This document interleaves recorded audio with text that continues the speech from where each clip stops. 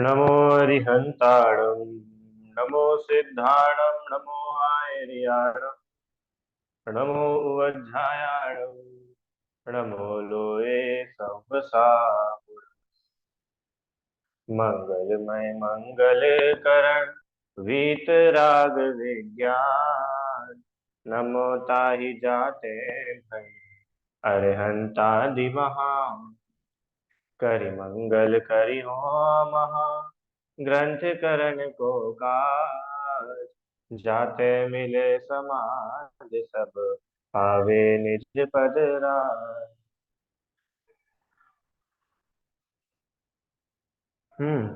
मोक्ष मार्ग प्रकाशक जी के आधार से हम लोग चार अनुयोग का स्वरूप समझ रहे हैं। बराबर। अभी तक हम लोगों ने जो है प्रथमान योग का प्रयोजन देखा कि प्रथमान योग किस प्रयोजन को लिए हुए है। प्रथमान योग क्यों है प्रथमान योग कि जो तुच्छ बुद्धि जीव है, अज्ञानी मिथ्या दृष्टि जीव है, उनको तो संसार की कहानी किससे सुनने में सुनी हुई है, तो उसको सुन करके वो धर्म में लगते हैं। तो कथाओं के माध्यम से, पुराण पुरुषों के जीवन चरित्र के माध्यम से पाप को छुड़ा करके धर्म में लगाया जाता है। दूसरा, कि जिन जीवों को तत्व ज्ञान हुआ, ज्ञानी जीव है, वो प्रथमान योग को पढ़ते सुनते हैं, तो उनको तो वो सब अपने उदाहरण जैसे ही लगता है। और हम अपन ने बात की थी ना कि ज्ञानी जीव ऐसा जानता है कि शरीर और आत्मा भिन्न है, आत्मा का कभी नाश नहीं होता। तो ज्ञानी जीव ऐसा जानता है, और जब प्रथमान योग पढ़ता है तो उसको ये सारी बातें बिल्कुल एग्जाम्पल के जैसी लगती है। कैसी एग्जाम्पल? कि जैसा मैं अनुभव करता हूँ वैसा का वैसा देखो वर्तमान योग में सारी कथाएं हैं। इस प्रकार से वर्तमान योग का जो है प्रयोजन अपन ने देखा था। अब करणान योग का प्रयोजन प्रारंभ करेंगे। तथा करणान योग में जीवों के व कर्मों के विशेष तथा त्रिलोक आदि की रचना निरूपित करके जीवों को धर्म में लगाया है। करणान योग का प्रयोजन भी जीवों को धर्म में लगाना ही है। अब यहाँ पर किस हिसाब से धर्म में लगाया, कैसे धर्म में लगाया? कि जो जीव जीव के अलग अलग प्रकार है ना, कैसे कैसे प्रकार जीव के, कोई एक इंद्रिय है, कोई दो इंद्रिय है, कोई तीन इंद्रिय है, कोई चार इंद्रिय है, कोई पंचेंद्रिय है। अपन ने छह ढाला में पढ़ा है ना, दुर्लभ लही ज्यो चिंतामणि त्यो पर्याय लही त्रस तणी। याद आ रहा है? तो ये कर्ण योग बताता है कि भैया एक इंद्रिय निगोज की स्थिति कितनी भयानक है। एक श्वास में 8-10 बार जन्मो मरियो भरियो दुख भार, है ना। ये एक इंद्रिय जीव निगोदिया।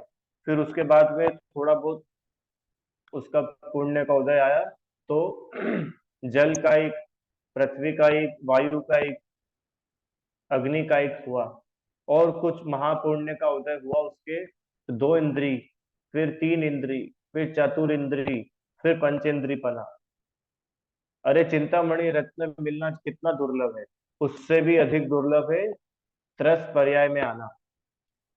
एक इंद्रिय पर्याय छूट करके दो इंद्रिय बनना। आपको पता है जो चींटी है ना, चींटी बहुत भाग्यशाली है।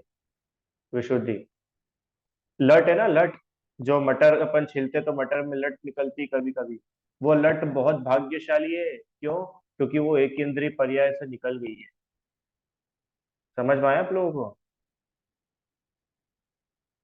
देखो एक बात, चलो एक प्रासंगिक आ गई तो आपको बता देता हूँ।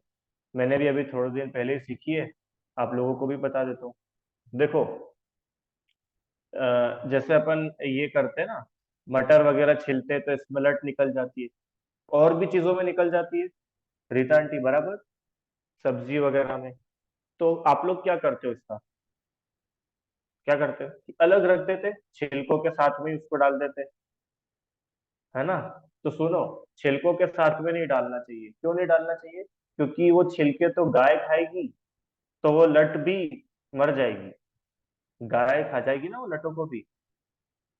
दिव्यांश, तो फिर क्या करें कि ऐसी कोई जगह पर उस छिलके को, जिसमें वो लट थी, जिसमें वो जीव था, इल्ली थी, उसको ऐसी किसी जगह रख दो जहाँ पर कोई जानवर वगैरह नहीं आते, जहाँ कुत्ता बिल्ली गाय वगैरह नहीं आते। तो क्या होगा? तो ये होगा कि वो लट का जितना जीवन है, जितनी आयु है, वो अपनी आयु पूरी करके चलेगी। तो कम से कम हमारे निमित्त से तो नहीं मरेगी ना। अरे समझ में आया कि नहीं? तो इसलिए उसको कभी भी छिलके, हाँ बढ़िया, अच्छा है। तो कभी भी उसको छिलकों में गाय के जो दे देते ना गाय को, तो उसमें नहीं रखना चाहिए, नहीं तो वो बेचारी अपने निमित्त से मारी जाएगी। ठीक है, चलो विषय पे आते हैं। हाँ, तो जीवों की विशेषता कि ऐसे पंचेंद्रीय जीव होते हैं, एक से दो, दो से तीन, तीन से चार, चार से पांच, पांच इंद्री में भी सहनी पंचेंद्रीय पना, फिर सहनी पंचेंद्रीय पने में भी मनुष्य पना। ये सब स्पेशल स्पेशल होते जा रहे हैं जीव, एक के ऊपर एक, एक के ऊपर एक। राइट दिव्यांश? तो बोल रहे हैं कि करणान योग में ऐसे जीवों की विशेषता बताते हैं दिव्यांश। अलग अलग कषाय वाले जीव होते हैं, अलग अलग इंद्रिय वाले जीव होते हैं, अलग अलग गुणस्थान वाले जीव होते हैं रीता आंटी, अलग अलग नेचर के, अलग अलग औद्योगिक भाव, अलग अलग नेचर के जीव होते हैं। तो इस विश्व में अनेकों अनेकों प्रकार के जीव पाए जाते हैं। तो इन जीवों की विशेषताएं कहाँ पर पता चलेगी दिव्यांश? कि करणाल योग में पता चलेगी। जीवों का नेचर, किस किस टाइप्स के जीव मिलना पॉसिबल, आपने पता है ना, जन्म के हिसाब से अलग अलग जीव होते हैं। कोई कोई जीव पानी में जन्म ले लेते हैं, कोई कोई जीव हवा में पैदा हो जाते हैं, कोई कोई जीव अंडे में से जन्म लेते हैं दिव्यांश। चिड़िया काय में से आती है कि चिड़िया अंडे में से जन्म लेती है। मच्छर कि मच्छर पानी में ही पैदा हो जाता है कि नहीं? और मनुष्य कि मनुष्य का गर्भज जन्म होता है। तो ऐसे भी अनेक प्रकार के जीव हैं जो अलग अलग स्थानों में पैदा होते हैं।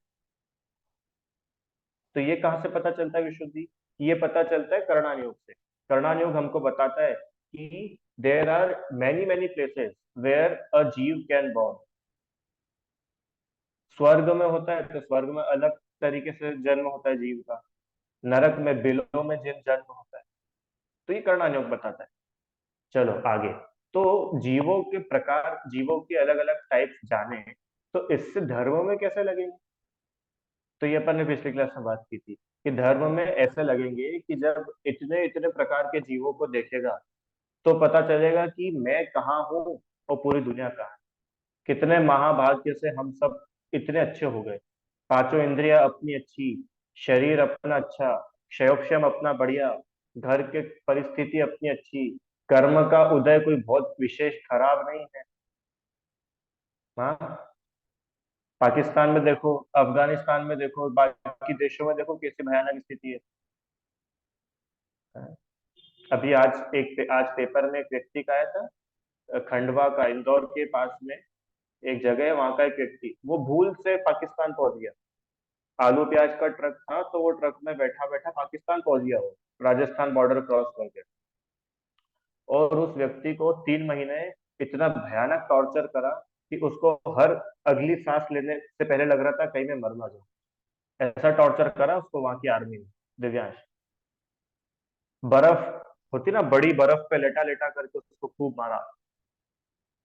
जहां पर घाव हो जाते थे उसी जगह मारते थे, बार बार सेम जगह मारते थे।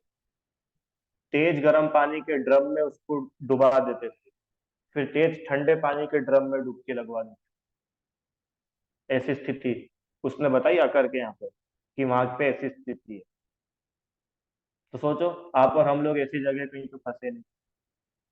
ये क्या बता रहे? कर्मों की विशेषता है कि अनेकों अनेकों प्रकार के विभिन्न विभिन्न कर्मोदय वाले जीव होते हैं संसार में। और हम अभी क्या है कि अपन लोगों ने दुनिया देखी नहीं है, अपन ने तो अच्छे अच्छे लोग देखे सब विशुद्धि। अपन अच्छे, अपने घर वाले अच्छे, अपना स्कूल अच्छा है, स्कूल में पढ़ने वाले बच्चे अच्छे। तो बुराई क्या होती है अपन को अभी इसका इंट्रोडक्शन ही नहीं हुआ है। एक बार किसी अस्पताल में जाकर के देखना कैसी स्थिति होती है, लोग कितने परेशान भी होते हैं। दिव्यांश किसी हॉस्पिटल में हर दूसरे कमरे में रोते हुए व्यक्ति मिलेंगे। किसी का पैर टूटा है, किसी का हाथ टूटा है, किसी का दिल काम नहीं कर रहा है। है। किसी के लंग्स काम नहीं कर रहे, कोई की किडनी फेल हो गई है, किसी को खून चढ़ रहा है, किसी का खून चेंज हो रहा है। कितने कितने परेशान लोग हैं दुनिया में। और हम हम्म गरीबों की स्थिति जाकर के देखो, बेचारे 5 5 6 6 दिन में कभी एक बार भोजन कर पाते हैं। ठंड में ठिठुर ठिठुर कर मर जाते हैं, गर्मी में भूख प्यास से मर जाते हैं। जानवर नहीं, इंसान भी। तो जब अपन पूरी दुनिया का ओवरव्यू लेंगे ना, तब अपने को पता चलेगा कि कितने कितने अलग अलग कर्मोदय वाले जीव होते हैं, और अपन कितने भाग्यशाली हैं। देखो, कर्मोदय का विचार भी करने के बाद धर्म में लगो, तो आपका विचार सम्यक है। क्योंकि उन्होंने लिखा है ना कि जीवों का विशेष विचार करे, कर्मों के विशेष विचार करे, और धर्म में लगे। ठीक है, ये कर्णानुग का प्रयोजन है। कर्णानुग हमने को क्या बताता है कि बहुत सारे टाइप्स के कर्म होते हैं, और हर प्रकार के जीव की अलग अलग कैपेबिलिटीज होती है। इसलिए हम अपने आप को बड़ा छोटा नहीं माने। क्यों? क्योंकि कर्म के उदय सबके अलग अलग, क्षयोक्षम सबका अलग अलग होता है। समझ में आया आप लोगों को? तो ऐसा कर्णानुग से विचार करके धर्म में लगा जाता है। और तीसरा, त्रिलोक की रचना, 3 लोकों की रचना, स्वर्ग, नरक, मनुष्य, तिर्यंच, मध्यलोक, अधोलोक, ऊर्ध्वलोक। कहाँ कहाँ निगोदिया जीव भरे हैं, पूरे ठसाठस निगोदिया जीव है कि नहीं? इस प्रकार से 3 लोक की रचना, मध्यलोक, अकृत्रिम चैत्यालय, सीता आंटी, है ना? अकृत्रिम चैत्यालय, जम्बूद्वीप, भरत क्षेत्र, आर्यखंड, और सूर्य, चंद्रमा, नक्षत्र, तारे, देवों के विमान, नंदीश्वर द्वीप। ये सब चीजें कहाँ है, ये कर्णायोग में पता चलेगी आपको, कौन सी जगह कहाँ है। कुल मिला के कर्णायोग इज, क्या होता है सोशल में क्या बोलते हैं उसको, ज्योग्राफी, जिसमें मैप्स होते हैं ना, पॉलिटिकल मैप, और एक और कौन सा होता है भूल गया मैं तो, है ना? ठीक है, फिजिकल फिजिकल मैप। अच्छा, तो वो मैप होता है ना जैसे, तो मैप में पता चलता है इंडिया, पाकिस्तान, उत्तर प्रदेश, मध्य प्रदेश, इंदौर। तो ये क्या है, ये मैप है। ऐसे ही 3 लोग का मैप कहाँ मिलेगा? कर्णाली।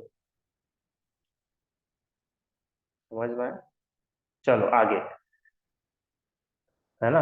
अब जो जीव, देखो अब सुनो ध्यान से, जो जीव धर्म में उपयोग लगाना चाहते हैं, वे जीवों के गुणस्थान, मार्गणा आदि विशेष, तथा कर्मों के कारण, अवस्था, फल, किस किस के कैसे कैसे पाए जाते हैं, इत्यादि विषय, तथा त्रिलोक में नरक, स्वर्ग आदि के ठिकाने पहचान कर, ये पहचान कर, जो हुआ है ना, यहाँ तक मैंने अभी तक आप लोगों को बताया। क्या? कि जीव गुण स्थान कौन, अलग अलग गुण स्थान के होते हैं, अलग अलग मार्गणा स्थान वाले होते हैं। मार्गणा स्थान मतलब, मार्गणा मतलब जीव को पहचानने का लक्षण। जैसे हम इंद्रियों के थ्रू एक क्लासिफिकेशन जीव का कर सकते हैं, गतियों के हिसाब से कर सकते हैं, योग के हिसाब से कर सकते हैं, मन योग, वचन योग, काय योग आदि। समझ में आया ना? तो ऐसे जीवों के अलग अलग गुण स्थान, मार्गण स्थान, तथा कर्मों के कारण अवस्था, कर्म किस कारण से आते हैं, कर्म किस का आश्रव किस वजह से होता है, कर्म कैसे कैसे होते हैं, कैसे कैसे फल देते हैं, कैसे कैसे फल देते हैं, किस किस के फल कैसे कैसे पाए जाते हैं। ज्ञानवर्णी कर्म है तो उसका फल किस रूप में मिलेगा, दर्शनावर्णी है तो कैसा, और मोहनीय है तो कैसा, और कितना लंबा, अवस्था लिखा है ना, अवस्था। मोहनीय कर्म है तो वो कितनी टाइम तक आत्मा के साथ रह सकता है, विशुद्धि। ज्ञानावर्णी कर्म अगर किसी जीव ने बांधा, तो वो कितने समय तक आत्मा के साथ चिपका रहेगा। रीता आंटी, 4 चीजें होती है कर्मों के पर्सपेक्टिव में क्या क्या? कर्मों का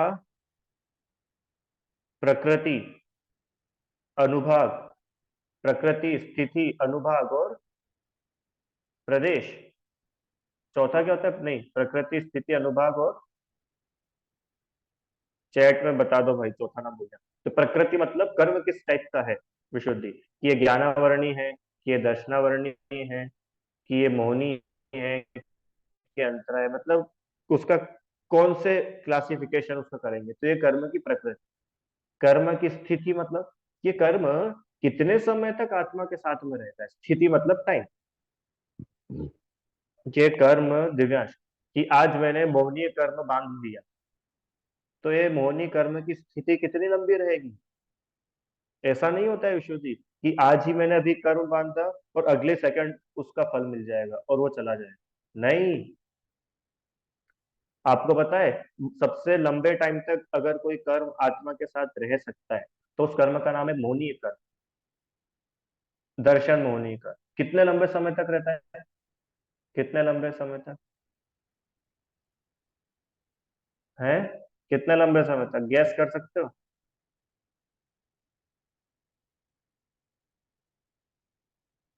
1 दिन, 2 दिन, 10 दिन, 25 दिन, 1 साल, 100 साल, 1000 साल, जीवन भर, 33 सागर, 40 सागर, 1000 सागर, 1 करोड़ सागर। कितने सागर? दिलीप अंकल जी, कितने सागर तक रहता है मुनि कर्म?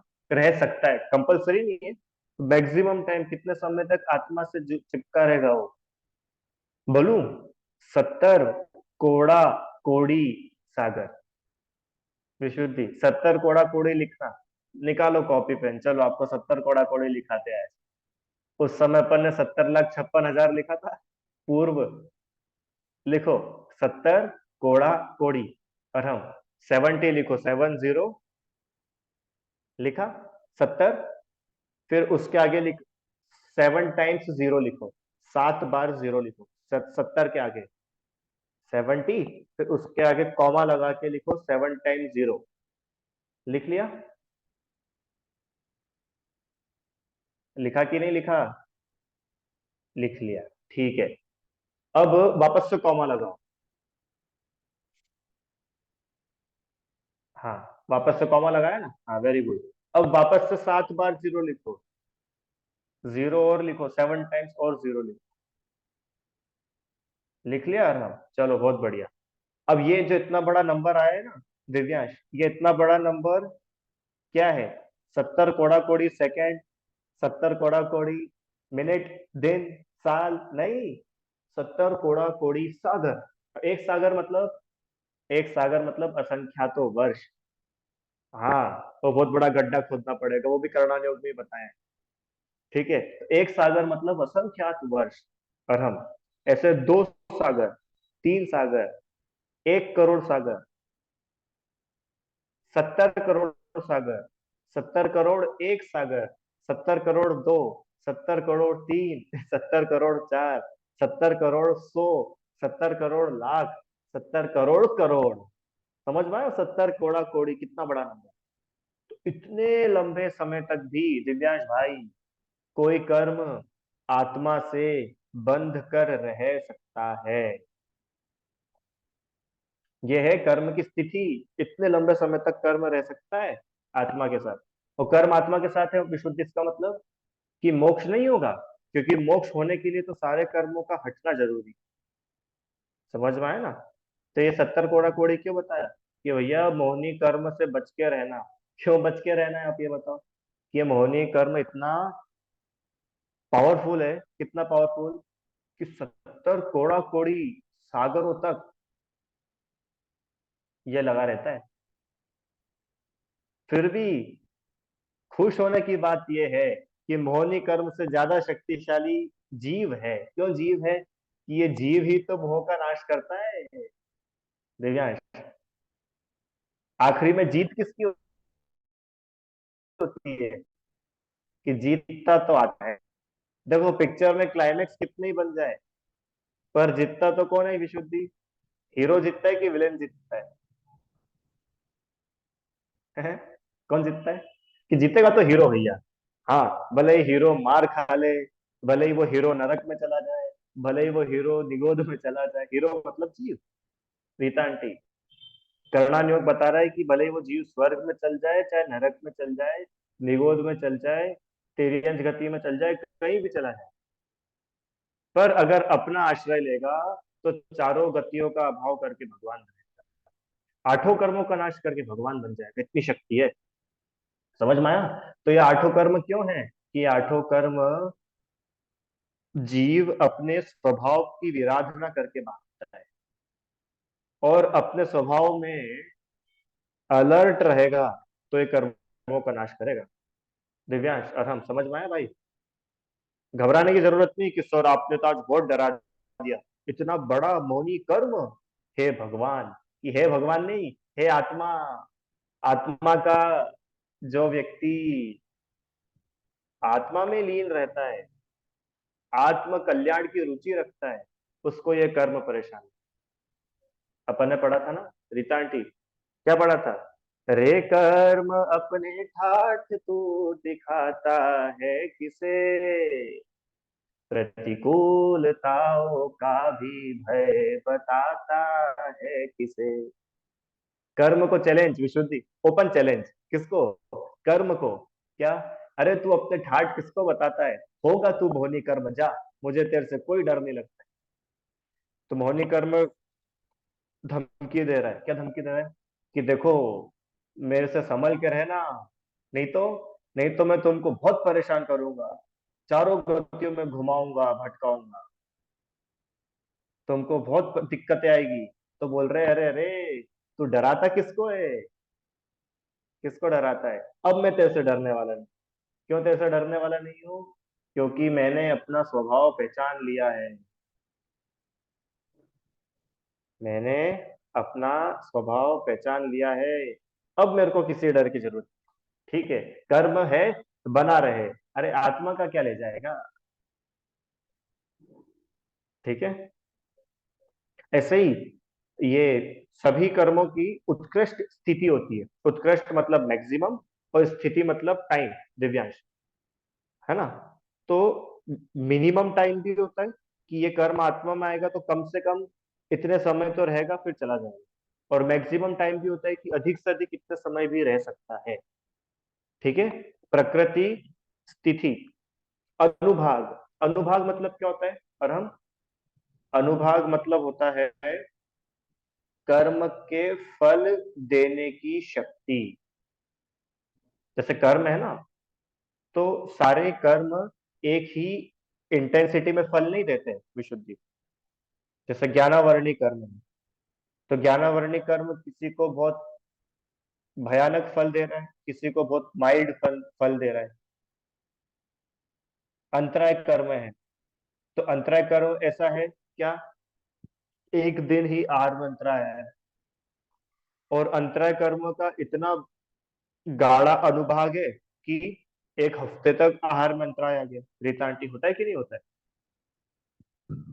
मुनिराज के आहार में अंतराय है, तो अलग अलग हिसाब से मुनिराज को समझ में आता है अंतराय। किसी को एक दिन का आता है, कोई कोई महाराज जी को तो तीन तीन दिन तक लगातार अंतराय आते हैं, क्योंकि महाराज जी को तो दस दस दिन तक भी अंतराय रहते हैं कंटिन्यूअसली। तो ये क्या है कि सबको अंतराय कर्म का उदय है, पर एक दिन वाले अंतराय का अनुभाग कम था, 10 दिन वाले अंतराय का अनुभाग अधिक है।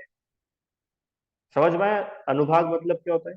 अनुभाग मतलब उसके फल देने की शक्ति, वो कितने ज्यादा पावर से फल दे रहे हैं।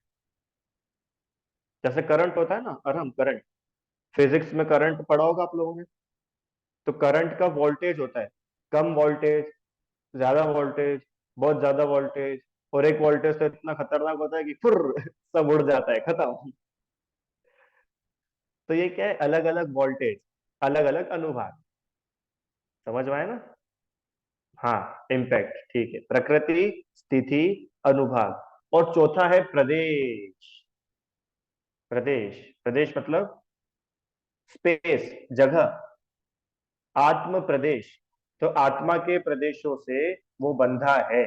तो का, आत्मा के प्रदेशों से उसका बंधन किस प्रकार से हुआ, ये प्रदेश कर्म प्रदेश में बताते हैं। प्रकृति, स्थिति, अनुभाग, प्रदेश। कर्म कैसे कैसे फल देते हैं, कब कब फल देते हैं, कितना कितना फल देते हैं, रीता आंटी, ये सब करणान योग बताता है। तो बताता है, तब अपन क्या करें कि इसको समझ करके धर्म में लगिए। देखो उसका उद्देश्य तो धर्म में लगाना ही है आराम। करणान योग का उद्देश्य मात्र आपका बुद्धि बढ़ाना नहीं है अकेला। क्या बोला? करणान योग का पर्पस सिर्फ हमारे माइंड बहुत शार्प हो जाए, हम कठिन कठिन गणित के सवाल सॉल्व करने लग जाए, हम कर्मों की सारी प्रकृति याद कर ले, नहीं। हम कर्मों के प्रकृति, स्थिति, अनुभाग, प्रदेश, इनका विचार करके अपनी बुद्धि बढ़ाने में लग जाए। धर्म, ठीक है, हाँ बढ़िया। प्रदेश का है कि संख्या, कितनी क्वांटिटी में वो कर्म आत्मा से आकर के बनता है। धन्यवाद पीयूष जी। मतलब कर्म के कितने पार्टिकल्स आकर के आत्मा से बंधे हैं। एक पार्टिकल बंधा है, क्योंकि कर्म क्या है, आफ्टर ऑल कर्म पुद्गल परमाणु है, औद्गलिक होते हैं। तो इनके अलग अलग पार्टिकल्स होते हैं, एक दो तीन चार 10,000 लाख करोड़ 10 करोड़, बहुत सारे हो सकते हैं, असंख्यात। तो कितने पार्टिकल्स आए और आत्मा से बंधे, दिव्यांश, ये कहलाता है प्रदेश बंध। ठीक है, अरम, कितने कर्मों के पार्टिकल्स, क्योंकि पौद्गलिक वर्गणाएं तो पूरे लोक में भरी हुई है, तो सारी की सारी आकर के आत्मा से नहीं बंध जाती है कर्म रूप होकर के। दिव्यांश, तुम जैसे भाव करोगे और उस भाव के योग्य जो निमित्त नैमित्तिक संबंध जिन पुद्गल परमाणुओं से, जितना पुद्गल परमाणुओं से होगा, उतने पुद्गल परमाणु आकर के आत्मा से बंधन में होते हैं, माने आत्मा से बंध जाते हैं। ठीक है, अब इसका विशेष अभी ज्यादा नहीं देखेंगे, अभी तो सिर्फ नाम सुनो आप लोग। तो ये जो चारों प्रकार के बताए हैं बंध, और नरक स्वर्ग आदि कहाँ कहाँ पर है, ठिकाने मतलब उनकी जगह कहाँ कहाँ पर है, उसको पहचान कर पाप से विमुख होकर के, क्या बोला कि जो अभी तक तुम पाप में उलझे पड़े थे ना, अब पाप को छोड़ो। देखो कैसी कैसी स्थिति है, कैसे कैसे जीव है, कैसे कैसे कर्म बंधते हैं। ये कर्म क्यों बताए कि अब ये जीव पाप छोड़े और धर्म में लगे। और जब ऐसे, तब ऐसे विचार में उपयोग रम जाए, तब पाप प्रवृत्ति छूटकर स्वयं तत्काल धर्म उत्पन्न होता है, और उस अभ्यास से तत्वज्ञान की प्राप्ति शीघ्र होती है। देखो कर्णान योग जो है ना, प्रथमान योग है तो वो तो कथाओं कहानियों की बात करेगा, और कर्णान योग जो है, कर्णान योग बिल्कुल फैक्ट्स बताएगा, विशुद्धि। कर्णान योग में सारी बातें लॉजिकल होगी, लॉजिक बेस्ड होगी, फैक्चुअल होगी। कर्णान योग में तुक्केबाजी नहीं चलती है कि ऐसा होता हो, ऐसा हुआ होगा, कि राम जी इतने साल के लिए जंगल गए थे, कितने साल के लिए गए थे, इनकी इतनी रानी थी, कितनी रानी थी, कि यहाँ पे प्रथमा योग में फैक्ट्स नहीं है, पर कर्णान योग में फैक्ट है। और इतना सूक्ष्म है, इतना सूक्ष्म है, कितना सूक्ष्म है कि केवल ज्ञानी ने, सर्वज्ञ भगवान ने बताया है। माइक्रोस्कोप देखा आप लोगों ने स्कूल में, एक्सपेरिमेंट करा है दिव्यांश? माइक्रोस्कोप से एक्सपेरिमेंट्स करे स्कूल में, तो सामने अपन ने उसको देखा, छिलके को, तब तो कुछ भी नहीं दिखा, और जैसे ही माइक्रोस्कोप लगा करके देखा, तो बैक्टीरिया दिखे थे कि नहीं दिखे थे? दिखे थे। तो कोई व्यक्ति बोले कि नहीं नहीं बैक्टीरिया बैक्टीरिया कोई नहीं होते, हम नहीं मानते बैक्टीरिया, तो आप क्या बोलोगे कि इधर आओ, ये लो माइक्रोस्कोप, जरा देख के बताओ। तो दिखेंगे कि नहीं दिखेंगे बैक्टीरिया? लेकिन दिखेंगे, क्यों? क्योंकि हमने उसको देखा है, वो प्रूव्ड है, और लॉजिकल भी है, और फैक्ट है, वो फैक्ट यूनिवर्सल ट्रूथ है, उसको आप चेंज नहीं कर सकते। ऐसे ये जो करणान योग है ना, ये फैक्ट्स है, ये बदल बदलते नहीं है। ये तो जो वस्तु जैसी उसकी स्थिति है, कर्म जैसा है, उसको वैसा का वैसा बता देते हैं। और पूरा डिटेल्ड बताते हैं, पूरा डिटेल्ड। ठीक है, अभी आगे और आएगा उसमें कि कर्णानुयोग कितना स्पेशल है। उसमें इतनी छोटी छोटी, इतनी सूक्ष्म सूक्ष्म बातें होती है कि जो सामान्य बुद्धि वाला व्यक्ति तो सोच भी नहीं सकता है। रुचि आंटी, कर्णानुयोग में इतनी सूक्ष्म बातें होती है जो सामान्य बुद्धि वाला तो सोच भी नहीं सकता है कि ऐसा भी कुछ होता होगा क्या। पर सर्वज्ञ भगवान, केवल ज्ञान में तो सारे पदार्थ आते हैं। एक एक कर्म, एक एक पुद्गल का परमाणु कैसे कैसे परिणमन कर रहा है, सब दिखता है इस केवल ज्ञान। ठीक है, देखो ये आ गया। तथा ऐसा सूक्ष्म यथार्थ कथन, क्या बोले कि सूक्ष्म, सूक्ष्म मतलब इन डेप्थ, ऊपर ऊपर का नहीं, प्रॉपर इन डेप्थ बातें। और मन मन से नहीं बताई लोगों का टाइम पास करने के लिए, यथार्थ है, जो है, जैसी है वैसी ही बताई है। तो ऐसा सूक्ष्म यथार्थ कथन जिन मत में ही है, जिनेन्द्र भगवान के मत में ही है, जैन धर्म में ही है, और कहीं नहीं है।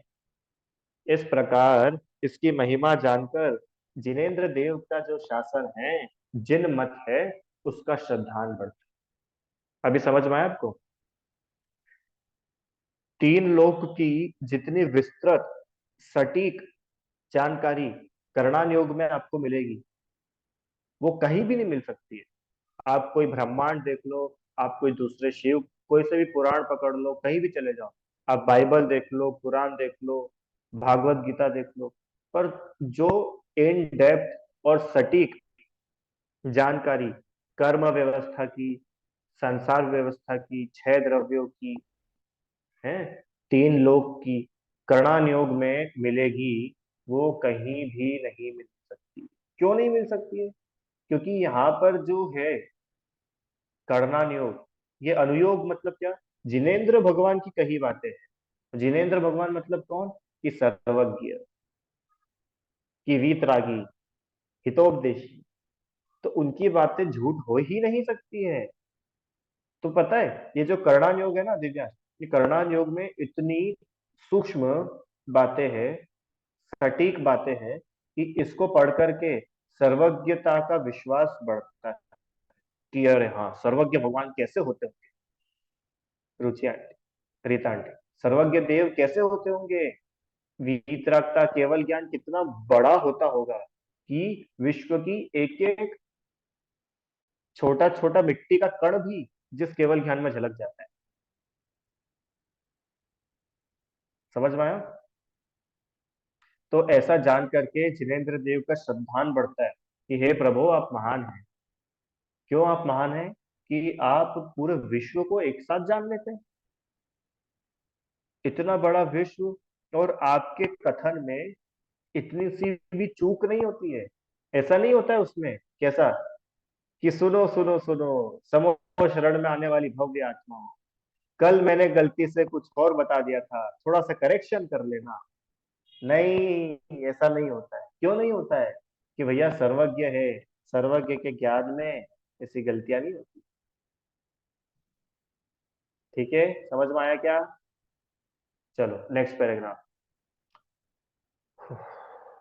जो जीव, अब देखो क्या करे, पढ़े क्या? चलो रीड तो कर ही लेते। अभी ऊपर तक उसके लिए बताया था कि जो व्यक्ति जैन धर्म में नहीं लगा हुआ है, तत्व ज्ञान में नहीं लगा हुआ है, अज्ञानी है, मिथ्या दृष्टि है, ऐसे जीव को कर्णन योग ऐसे हेल्प करता है।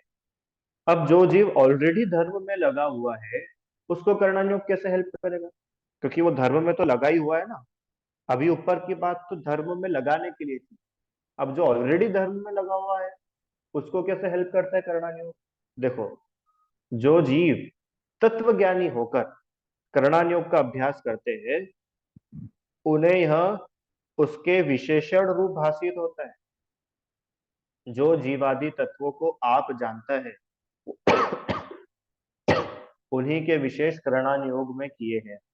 कितने ही विशेषण तो यथावत निश्चय रूप है, कितने ही उपचार सहित व्यवहार रूप है, कितने ही द्रव्य क्षेत्र काल भावादिक के स्वरूप प्रमाण आदि रूप है, कितने ही निमित्त आश्चर्य अपेक्षा सहित है, इत्यादि अनेक प्रकार से विशेषण निरूपित किए हैं। उन्हें ज्यो का त्यों मानता हुआ उस कर्णानुयोग का अभ्यास करता है। चलो, समझ में कुछ भी नहीं आया, समझते हैं। देखो, जिस जीव को तत्व ज्ञान हुआ है, जो जीव ज्ञानी है, उसको कर्णानुयोग कैसे हेल्प करता है? कि उसको ये कर्णानुयोग उसके विशेषण रूप हासिल होता है। विशेषण मतलब क्या होता है हिंदी में? बोलो। अरे हिंदी पढ़ी कि नहीं, कि अंग्रेजी पढ़ के ही रह गए? विशेषण मतलब एडजेक्टिव। एडजेक्टिव ना? ठीक है। मतलब उसी को बताने के और तरीके, है ना? तो ये जो जीव है, ये जीव की क्या क्या विशेषताएं हैं, और अब वो देखो, अब वो जीव के पर्सपेक्टिव से नहीं देखता है, अब वो अपने पर्सपेक्टिव से देखता है। क्यों? क्योंकि अब उसको ये श्रद्धा, तत्वज्ञानी जीव की बात कर रहे हैं ना, तो उसको ये श्रद्धा है कि मैं जीव हूँ, मैं अजीव नहीं हूँ। आश्रव बंध संवर निर्जरा मोक्ष का यथार्थ श्रद्धा है। तो जीव आदि सात तत्वों को वो स्वयं जानता है, और उन्हीं सात तत्वों का विवेचन करणाल योग में किया गया है।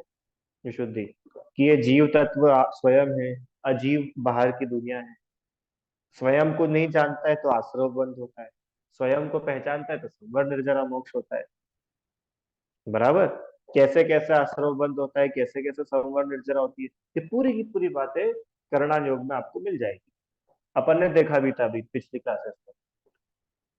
और कितने ही विशेषण तो यथावत निश्चय रूप है, कितने ही उपचार सहित व्यवहार रूप है। कर्णान योग में कितनी बातें तो एज इट इज निश्चय रूप है। निश्चय मतलब कि उसमें कुछ बदलाव नहीं हो सकता। उसमें हम किसी अपेक्षा से कथन नहीं कर रहे कि ऐसा होगा तो ऐसा मानेंगे, है वैसा नहीं। वो तो ज्यो का त्यों ही कर्णान योग में कुछ फैक्ट्स बताए गए हैं, बिल्कुल fact। और कितनी ही बातें तो ऐसी है, कितने ही तो उपचार सहित व्यवहार होता है। उपचार सहित मतलब उसमें उपचार करके, जैसे कि जीव मनुष्य है, मनुष्य गति का जीव, तिर्यंच गति का जीव, तो वो उपचार है। काय का उपचार है?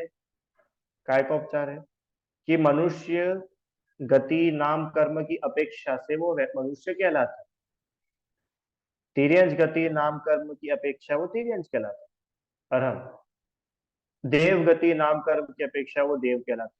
तो वो उपचार है, व्यवहार से वो देव कहलाया, पर यथार्थ में तो वो जीव जीव ही है। देव बन गया होता तो फिर बाद में एक इंद्रिय में जिससे जाता। इसका मतलब कि जीव देव नहीं बना, हाँ, देव का शरीर मिलने के वजह से वो देव कहलाया। इस प्रकार से द्रव्य क्षेत्र काल आदि से उसका चलो अभी समय हो गया, जल्दी नहीं करते, कल और इसका विचार करेंगे, ठीक है? आप लोग पढ़ना, सरल है, बहुत सरल है, समझना, विचार करना इसका, ठीक है? विजिनवाणी स्तुति। हे जिनवाणी भारती, तो ही जपो दिल रैन, जो तेरी शरण आ गए सो पावे सुख चैन। जा वाणी के ज्ञान से सूझे लोकालो, सो वाणी मस्तक नमो सदा देत हूँ